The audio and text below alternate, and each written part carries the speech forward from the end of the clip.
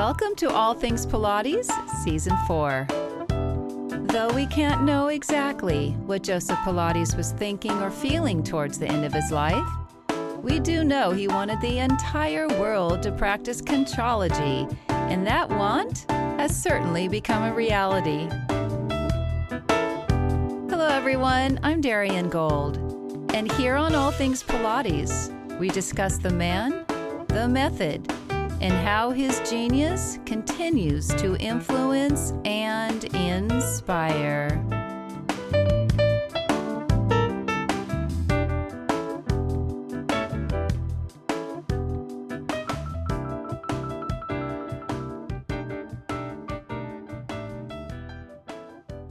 As many of you may know, there is a side to the Pilates industry that involves lawsuits about intellectual property, copyrights, trademarks, patents, and public domain.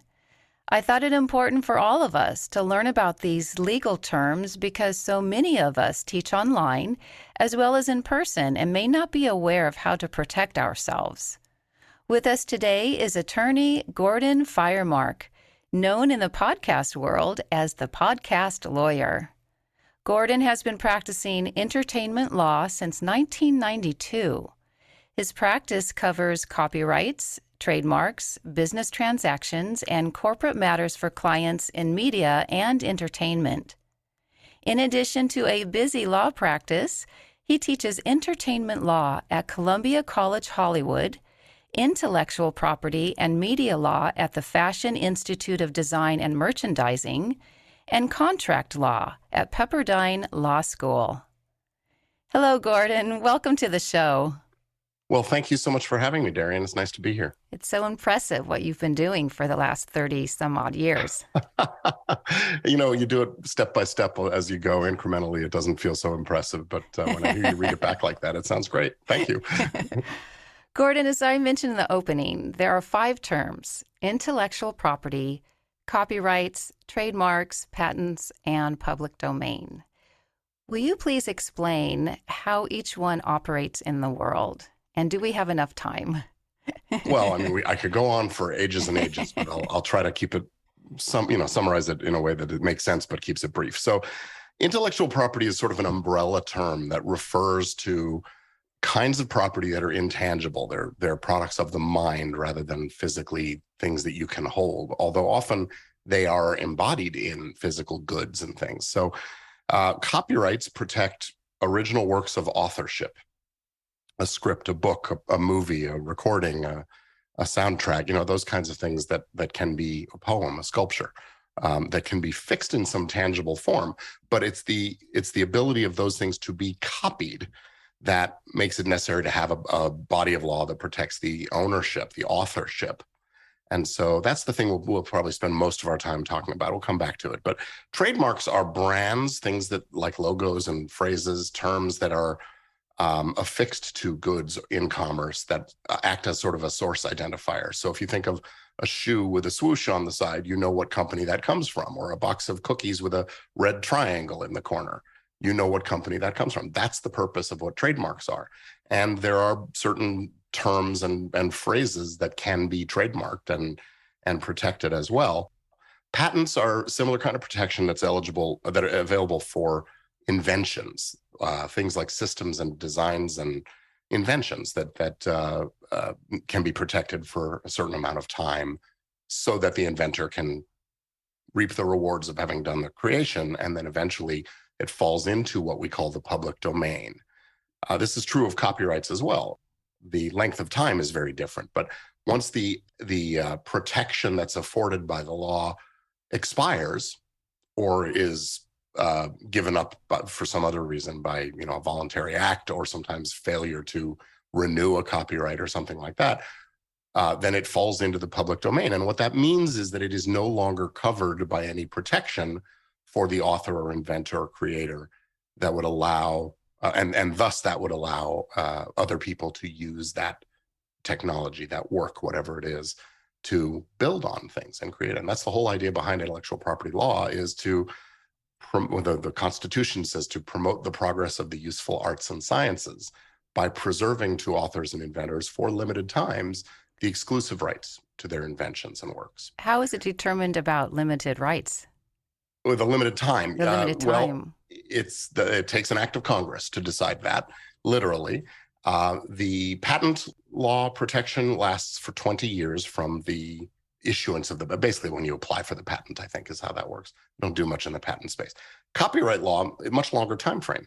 It lasts for works that were created prior to 1978, the protection is now 95 years, start to finish, which is why you hear people talking about the character Mickey Mouse falling into the public domain in 2024, 2 years from now, because his lifespan has reached its 93rd year right now. And that's it. You can't renew. Right. No renewals. For older works, prior to 1978, which was the effective date of the new copyright law, there was this more complicated scheme of 28 years and then a renewal and then another 28 years. And then when they started working on this new law, they gave additional extensions to it to now round it out to a total of 95 years. Actually, up until 2000, it was life of the author plus 50 years was the duration, or 75 years for works created by companies. But that was extended because Disney, among a lot of other companies, asked Congress to act and extend things. So it's jokingly referred to as the Mickey Mouse Life Extension Act. That's cute. Yeah. So now I'm wondering how these terms might relate in the Pilates world. And I have a couple of examples I would like to share with you. Mm-hmm. The first one, a personal experience, and I wanted to get your take on it. Early in the pandemic, Pilates studio owners moved to online platforms after closing their physical studio, and that's what happened to me as well. And one of my students online during a private lesson, without my knowing, recorded her lesson. Then a video clip of that lesson, including my voice, was posted on this student's social media, and I definitely never gave permission. I never even knew people did that. Is it legal if the teacher doesn't give permission? Well, we have a bunch of questions to answer to figure this out. The first analysis we have to decide is well, if you had some kind of an agreement with that person, what did it say? Was there a contractual promise of confidentiality?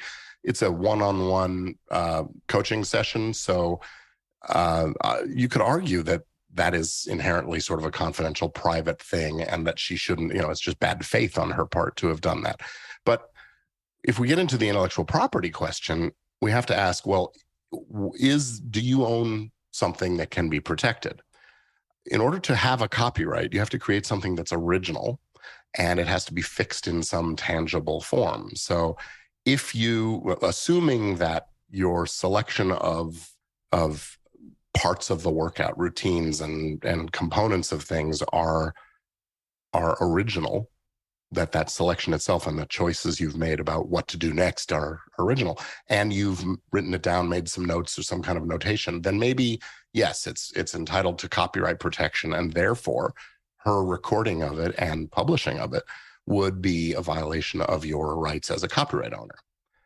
I don't know enough about Pilates to know whether or not what you do as an instructor is original in that sense.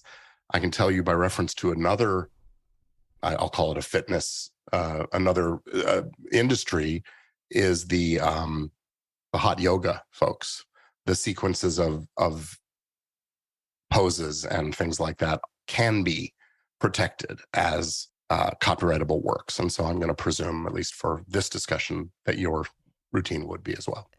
But so this gets to be perhaps in a gray area, because most of us who teach Joe Pilates' work, we, at least on the more traditional side, we teach a specific order. Yeah. But when you've been doing it 20, 30, 40 years, you have to make space. Exactly. So does the teacher who's teaching have to specify, all right, so this is my work, it came out of my brain, didn't come out of Joe's brain, and we are segueing or stepping off the Joe path, and now I'm going to give you my work. Well, I don't know that you have to call that out to the attention of your audience. But if music is sort of an interesting analogy. There are really just 8 notes in the musical spectrum, and about 8 or 12 different kinds of, lengths and rests and things like that. It's the way that you assemble and coordinate those into a single long form work that is what's protectable. So again, if it was the same sequence that Joe taught, there's nothing new there. In fact, you're copying Joe's work, which might still be considered protected by copyright. But when you make changes by adding something to it, or interrupting and changing the sequence, that originality might be something that's entitled to protection. In copyright law, we sometimes talk about thin protection. And this is a scenario where I would say, yeah, you're, you know, putting in a rest break or a warm down or something like that in between segments. It may make very good sense, but it may not be that original in the sense of protection. So it's an open question. One other component of your scenario, though, did get my attention, and that is that she recorded it without your permission. This is something we need to think about, because some places, some states in the United States have what we call two-party consent law. California being one of them, but some other states have one-party consent, where in California, it is illegal to record a confidential private conversation with somebody, whether it's electronic or telephone or in person, without that other person's consent. In other arenas, as long as one person in the conversation knows they're being recorded, it's fair game. So this sort of relates to the wiretap laws and criminal statutes and things as well. But it's something to at least consider, is that if that person knew you were in California and that person was also in California, it might have violated that statute as well. But a lot depends on where that person was. It's international. Harder to say. The plot thickens. Yeah. I mean, the truth of it is, for folks in Europe, it's even stricter privacy laws than here. But I don't know what happens in Asia or Australia or other places like that. So it would require some investigation, but there might be a there. My expectation would be that you could probably use the copyright angle to get it taken down off of YouTube or whatever online sites it was, or maybe just ask the person to mark it as private or unlisted or something. Well, now everyone does it. It was shocking in 2020, but now apparently everyone does it. I have other students that do it, and I don't ever remember them asking me permission, but now I just feel like it's going to happen. Why don't we just, Maybe. I mean, this is an area where your ability to govern the terms of your contract with your students has a role to play. You can say, either in writing when they sign up for the session or whatever, hey, this is a private session. It's not to be recorded. You can record it for your own personal use, but you can't post it anywhere, something like that. That way, if they want to have, if they want to take your class on Thursday and do it again on Saturday, that may be reasonable within your view, but posting it online is off limits. And you do have the right to set those terms, or don't give them the service. Okay, thank you. Mm-hmm. One more example. What if a teacher teaches on Zoom for a studio and that studio records that class?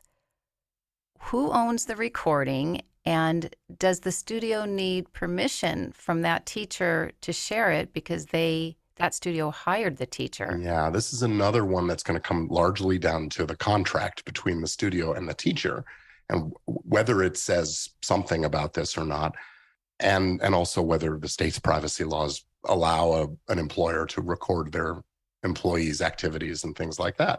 Many states do allow that.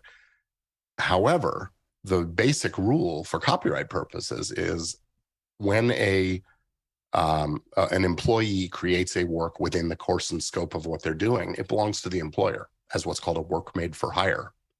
There are some other scenarios where you can do that even outside of an employer relationship. But so that answers our copyright question. Yes, the company owns the copyright. But again, the privacy question is, did this person have an expectation that they were being recorded? Did they have an expectation that those recordings would be reused or published in any way? And what's the scope of that permission once that instructor is no longer working for that studio? And what happens if that teacher is teaching all original work? Well, original work created for the employer. So it's work made for hire. So when a writer gets hired by a television studio to write a television series, the studio owns it, not the writer. But when a writer sits down at home on his or her own and writes that screenplay for the next great feature film, until they sell it to a studio, they own it. So it's a question of, are you an employee or not at the time the work is created? And is the work being created as part of the ordinary course and scope of your job? Do you think teachers should be insisting on some kind of specific contract if they go down this road? I think that it would be very wise and reasonable for instructors to try to get some kind of compensation when their stuff is reused. It could be a royalty. It could be it sort of depends on the business model behind that reuse.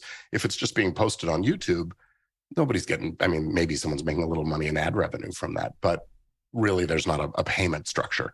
But if the studio or the course were to plan to use that stuff again by selling access to it, well, no reason the teacher shouldn't get something each time it's resold, or a percentage of the company's revenues or something like that. And we are seeing that in the situation with some of the highest level instructors on, I'm not going to mention the brand name, but it's one of those home Peloton? cycle systems that's available. Not the P word. I'm not going to say. So it would behoove teachers, especially if they're coming up with their own work that hasn't been seen yet, it would behoove them to either reach out to someone like you or go to LegalZoom, I don't know, but to have something at least to start any kind of negotiation or conversation with a potential employer. Yes, I think that bringing in the big guns of lawyers and, well, LegalZoom's not a big gun, but bringing in the big guns, it may be a little premature to do that before you start having the conversation. But certainly at the time that you've had the conversation and it's either been agreed or there's an agreement to discuss the terms, then having a lawyer to sort of make sure that the language is in order makes a lot of sense. Unfortunately, many employers and many studios and folks just sort of treat it as, this is how we do it, take it or leave it. And then you just got to decide whether the money's worth it. If something is in the public domain, can someone come along and put their name to it as if it's theirs? No. Simple answer. No. I think I know what you're talking about. You can't claim, I wrote Romeo and Juliet. First of all, everybody knows you didn't, but and you can't say nobody else can use Romeo and Juliet because it's mine. That would be pulling something out of thin air and claiming ownership. What can happen is somebody might come along and take a particular system or methodology that was developed by somebody years and years ago, and then turn it into their own brand by giving it a new brand name and sort of implementing this model or system or whatever. In the exercise space in particular, I'm not sure whether or not Pilates is a trademark in and of itself. Well, that's going to be that's one of my next questions. Yeah.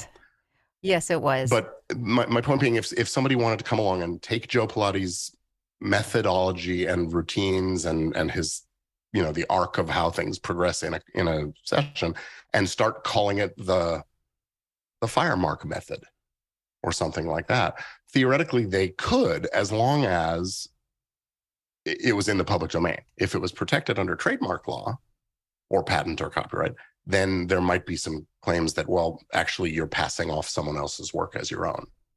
And that is not allowed under trademark rules. Yeah, something like that is showing up in the Pilates world. Speaking of patents, if a Pilates teacher invents or adapts a piece of existing Pilates equipment, what is the process of trademarking and patenting? And then do they bring in a big gun like you? Well, you don't patent things without using a patent lawyer. I don't do patent law myself. It's a very specialized technical area of law. But what I can tell you is that in order to be patentable, the technology or system or design in question has to be novel or unique and non-obvious and not known to the general public. So if it's modifying an existing piece of equipment or an existing machine, it has to be a kind of modification that the ordinary person wouldn't think of to make or do.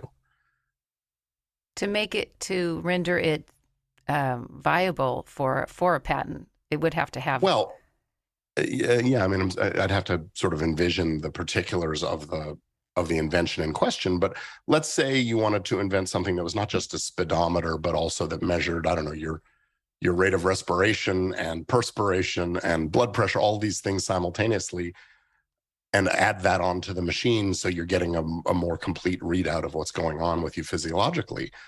I guess I could see a scenario where it's possible that that invention would be patentable. Doesn't mean that the underlying bike itself or the other Pilates equipment wouldn't be taken off the market, but anybody else would not be able to make the same device to attach to the equipment. Does that make sense? Yes. I guess I was asking, because that's coming up too. I was Okay. asking if someone needs to patent, let's say they came up with a Pilates inspired piece of equipment, but it's definitely not his. It didn't come out of Joe's brain. It came out of this other person's Sure. brain. Is it arduous, or is it a seamless process of getting a patent? Oh, so no, it is not a seamless process. It is like I said, a very complex technical area that you really have to jump through a lot of hoops, which is why you need a lawyer to help with that part. It's expensive also. It can be very, very costly to patent an invention. So hopefully the payoff is worth it. By contrast, copyright protection happens just on the act of authorship. Develop something original, write it down, fix it in some tangible form, it's protected. Trademark, similarly, by adopting and using a distinctive term or symbol or something, you acquire trademark rights as you put that product or service into commerce. So into interstate commerce here in the US. So creating a brand around something, your version of a thing, maybe it's your version of a respiration measurement device. It doesn't have to be unique and non-obvious. It just has to be your particular one. There's a lot of discussion around this going on with these massage guns, the oscillating massage guns, where companies are concerned that they're naming it too similarly to someone else's, or in one case, it's actually the shape and outline of the handle of the device, and those are distinguishing marks that are attached to the goods that tell you which company's version of this thing it's coming from. So yes, you could theoretically create your own brand of whatever kind of gear or system or something like that. Going back to copyright, would Yep. you recommend something like, let's say you wrote an original something, would you put it in an envelope, mail it to yourself so it's proof from the Yeah. federal government? Well, yeah, that's sometimes called the poor man's copyright. Mail it to yourself in an envelope. The problem with that is it's possible to mail yourself an empty, unsealed envelope. So I could mail myself an envelope today and a week from now put yesterday's newspaper in it and claim that I wrote, or a week's That's from now's funny. newspaper in it and claim that I Okay. wrote it a week ahead of time. So it doesn't really have a lot of evidentiary value. There is a registration system for copyrights. It is not a requirement in order to have the protection that you register the work, but in order to bring a lawsuit to invoke your legal rights, you do sort of have to have that registration in place. So my advice is, if you develop something copyrightable, registering the copyright with the Library of Congress, the Copyright Office, it's copyright.gov here in the US, gets you access to the courts. And it also, if you do it within 3 months of the first publication of the work, you can access attorney's fees and statutory damages. You don't have to prove your actual out-of-pocket loss. And then the courts have some discretion to give you anywhere from, a few $100s to tens of thousands of Mm. dollars for one infringement. Can you explain the difference between owning an image and the reproduction of that image? Well, I can try. When I make a photograph, I am the author of that photograph by virtue of the fact that I chose the moment in time to capture the way it's lit and composed and all of those kinds of things. And what that means as the author is that I own the copyright. That is, nobody is allowed to make, distribute, display, or make derivatives based on my photograph without my permission. So I can sell 1,000 copies of my photograph, and merely the fact that someone owns one of those copies that I've sold them does not give them any right other than to have and display that individual copy, or to sell that individual copy. But to make more copies would be a violation of my rights. So if somebody has a reproduction of a photo, they didn't get an original from the photographer, just like all of these photos that we see in the Pilates world, because they're a reproduction of a reproduction of a reproduction. So in that case, you don't need the permission of the photographer. Maybe the photographer isn't even alive, but... No, I think you do need the permission of whoever owns the copyright in that image if you're going to be making copies. If you're purchasing a physical copy from somebody who owns one, as long as they aren't making multiples from something they shouldn't. So I'm allowed to, let's say it's a poster. If I buy a poster from somebody and put it up on my wall, I'm within my rights to do that. If I buy the poster, make 1,000 copies of it, and sell them, now I am infringing the copyright in the poster. If I film in the studio where the poster is on display, if it's a significant portion of the design of the scene, it too could be an infringement of copyright. So in the film world, we walk into a scenario and start filming. We tell the photographers, the videographers, and the filmmakers to get clearance for everything that's hanging on the wall, every art sculpture in the house, those kinds of things, because sometimes you hear from the owners. This is a specific question about Joe Pilates, and I know it's not your world yet. Do I look like I've ever taken a Pilates class? No comment. If Joe did not bequeath his documents, his photos, footage, and inventions to any family member or friend, are they considered in the public domain? No. The way the law of wills and trusts and succession works is that if a person dies without a will, then, and without having done any other kind of estate planning, then the property flows according to state law. Whatever state he lived in at the time he died would decide who the heirs are, and they would own everything in the percentages that the law says. Usually it's like, if there's a spouse and a child, they own equally in shares of everything. If there's multiple children, then it's 1/3 and 2/3 to the children, 1/3 to the spouse and 2. That's sort of the default, at least that I learned in law school. And so the law's already got this set up, and that goes back thousands of years to, who get to be king next was the kinds of things. So that's called intestate succession, when you die without a will. Sometimes people have a will, but the will doesn't mention certain assets or property. Usually the will does have what's called a residuary clause. It says anything left over, it gets dealt with this way. So just because the particulars of a particular document or photo or something hasn't been named in the will doesn't mean that it didn't transfer. And so you have to go back and look at the court records and find out who succeeded to those items of property. Is it possible in this scenario that there is not a lot of proof there? It's certainly possible. And again, not knowing anything about Joe Pilates, I understand he was married, so things would have belonged to his wife after he died. Well, technically they were not. They were shacking up. They were shacking up, Gordon. Yeah. Here in California, we have a law that creates a specific scenario. We call it palimony and those kinds of things. It depends, again, where they were.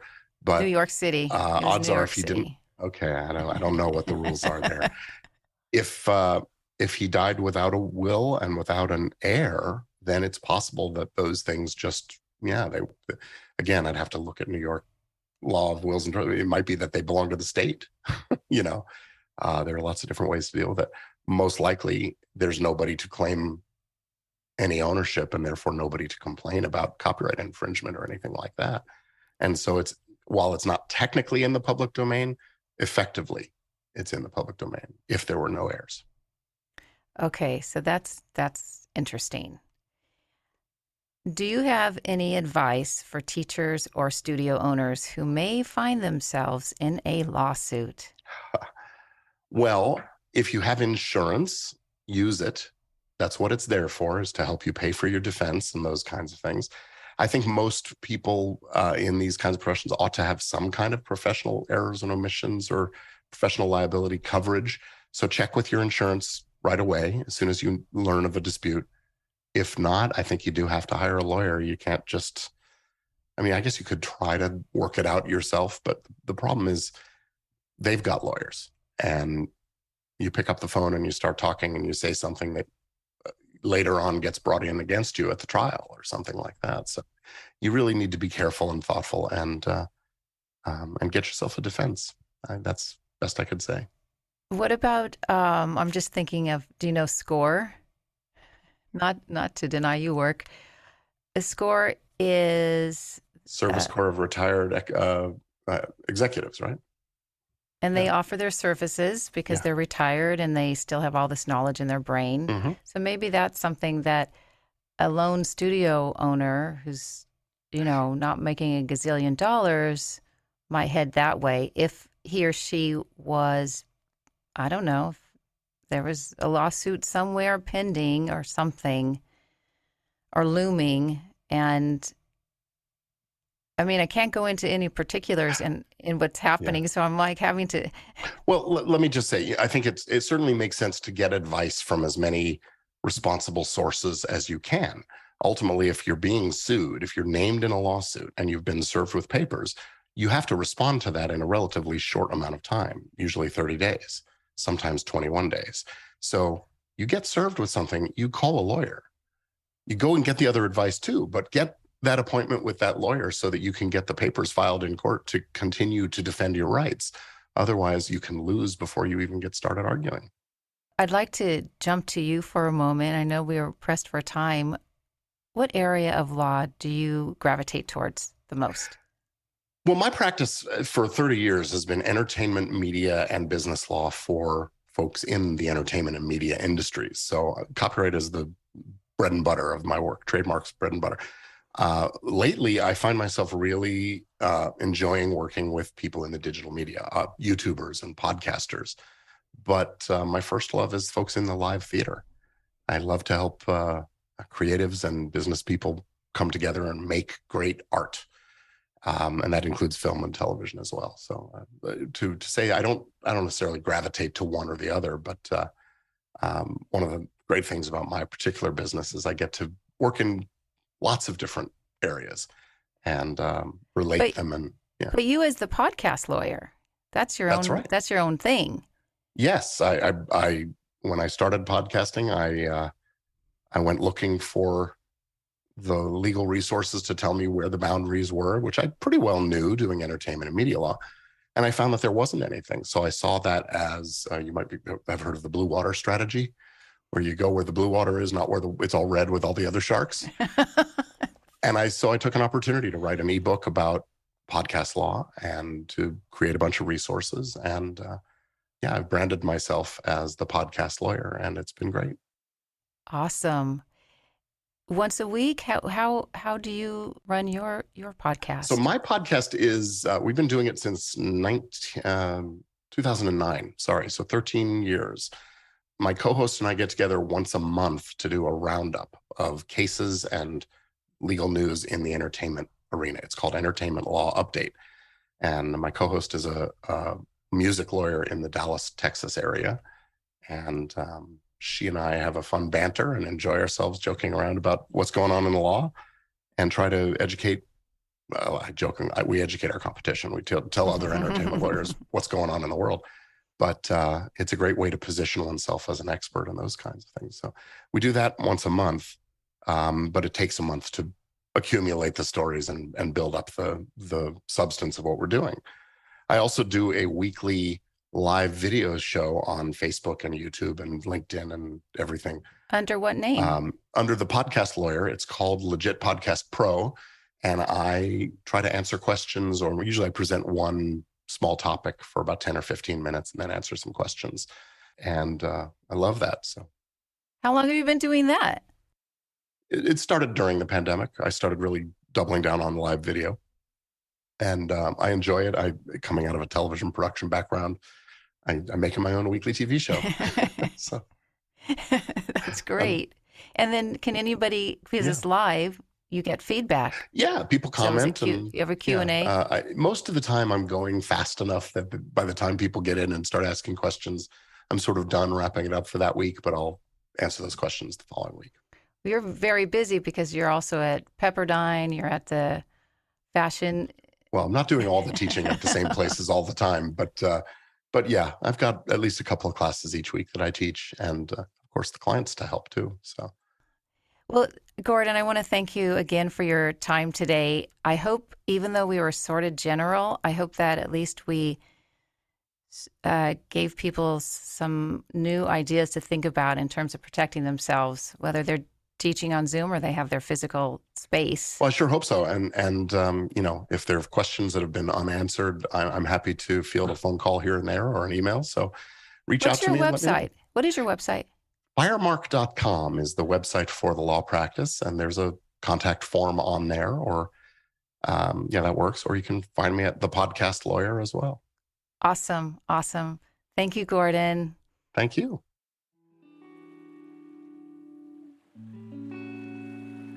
All Things Pilates is produced, edited, and hosted by me, Darian Gold. Mastered audio mix by Fabian Romero. Theme music, Soul Blues Piano Shuffle by Boom Zoom. Joe truly believed that his method created a special synergistic fusion of the body, mind, and spirit, as each one invigorates the other. The body develops a balance of strength and flexibility, while the mind adjusts to focused and intentional movement, thus enabling the spirit a chance to experience happiness and a sense of freedom. Just imagine what our world would be like if Joe's philosophy was embraced by all people. Do you think it would lead to a healthier and more compassionate world? One not driven by greed, power, or jealousy, but instead by a sense of protecting and respecting all living things. As always, I remain in awe of Joe's work, and I look forward to being with you in a couple of weeks for another episode of All Things Pilates.